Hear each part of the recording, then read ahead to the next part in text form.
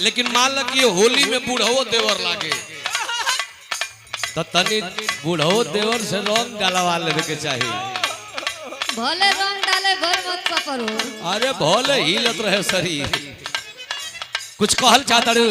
सुना सुनाओ होली में, सुनाओ होली में, सुनो सुनाओ। देवरापन सुधार रहनिया होली में ना सुधरी।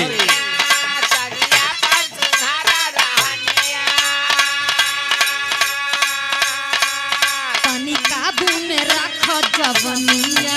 अरे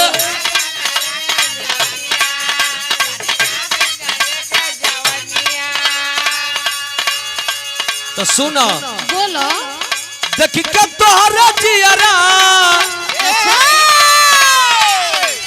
देखी के तोहरा जियरा मोर सोहाग की जाला रे भौजी। देखी के तोहरा जियरा ई सोहाग की जाला रे भौजी। होलिया में मनवा मोर बहाग की जाला रे भौजी।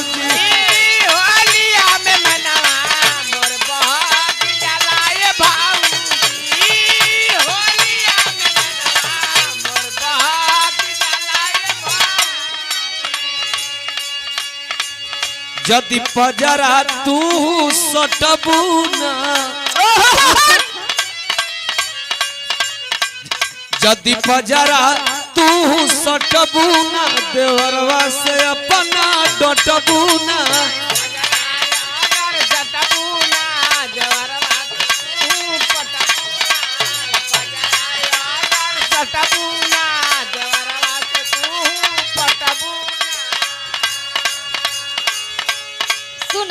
सुनाओ ना होई कॉम्प्रोमाइज हो।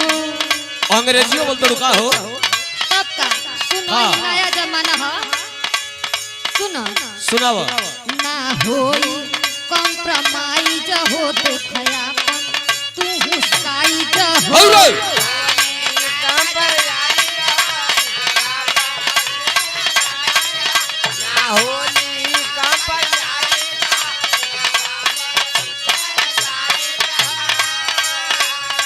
रंगवा गुलाल हई महक की जला रे भौजी। हई देख तारू सब करा चेहरा पर गुलाल अबीर लगल बा, सुगंध महकता। वाह रंगवा गुलाल सब महक की जला रे भौजी। अरे होली में मनवा मोर सोहाग जाला रे भौजी। होलिया में मनवा मोर बहाग जलाए भौजी। होलिया में मनवा मोर बहाग जलाए भौजी। सुन निवेदन बा, ऐसा ऐसा बूढ़ बूढ़ देवर तोहर बैठल बा, एगो काम करो। बाल बा मलये नियर काहे देवरा के तोरा साईबू, काहे देवरा के तोरा साईबू ई रंगवा कहाँ लगावाईबू। के तरसाईबू रंगवा के से डलाईबू। ये जवरा के तरसाईबू रंगवा कहाँ डलाईबू। सुनो अब आ गइल बारू भदेसर बैरान में तब बिना रंग लगवाले मत जई हो। हाँ तो सुनो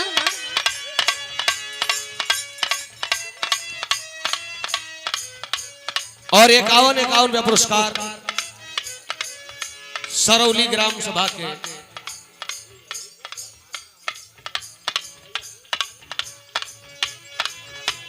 प्रधान जी की ओर से स्वागत भाई, बहुत बड़ा।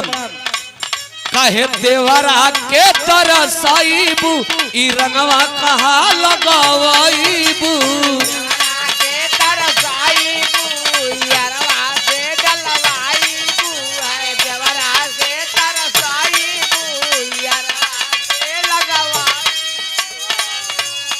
सुनो हाँ तू रंग ना खेले रंग ना खेले मौका खोजे कैला मौका ना सुना सुना सुनाओ सीताराम सीताराम।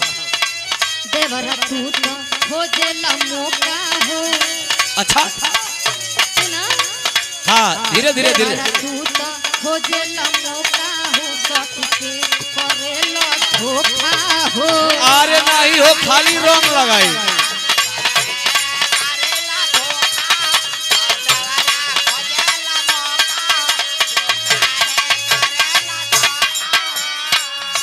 जब है चेहरा पर रंग लगवा ले बू अच्छा तो जान तड़ू का होई। का होई हो रंगवा लगता गलवा तोर चौहाक जाई रे भौजी। रंगवा लगता गलवा तोर चौहाक जाई रे भौजी। अरे होलिया में मनवा मोर बहाक जाला रे भौजी।